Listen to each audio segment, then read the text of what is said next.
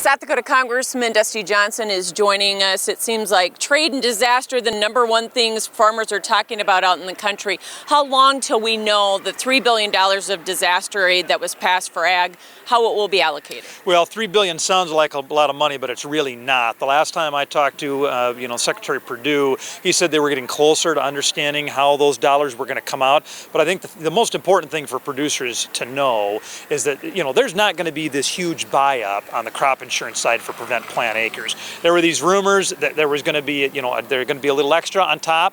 There will be a little extra on top, but it will be a very little. Have you been satisfied with the overall USDA approach to disaster assistance that we've seen? Well, they can only do with the money that they've been given by Congress, right? And so I do think there's going to be a sense across farm country, across America, that these dollars are not stretching far enough. Once you account for the kind of money USDA has, I do feel like they've done a pretty good job of trying to put together a plan that's going to be fair.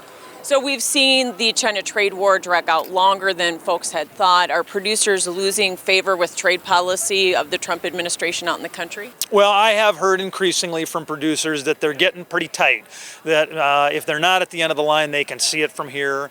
They understand, I think overwhelmingly, people still understand the need to get a good deal from China.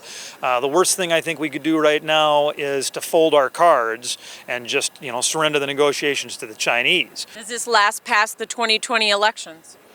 Well, it better not. I mean, I would tell you, for the Chinese, it better not. I mean, clearly for the Americans, it would hurt. But, the Chinese really risk destroying their economy.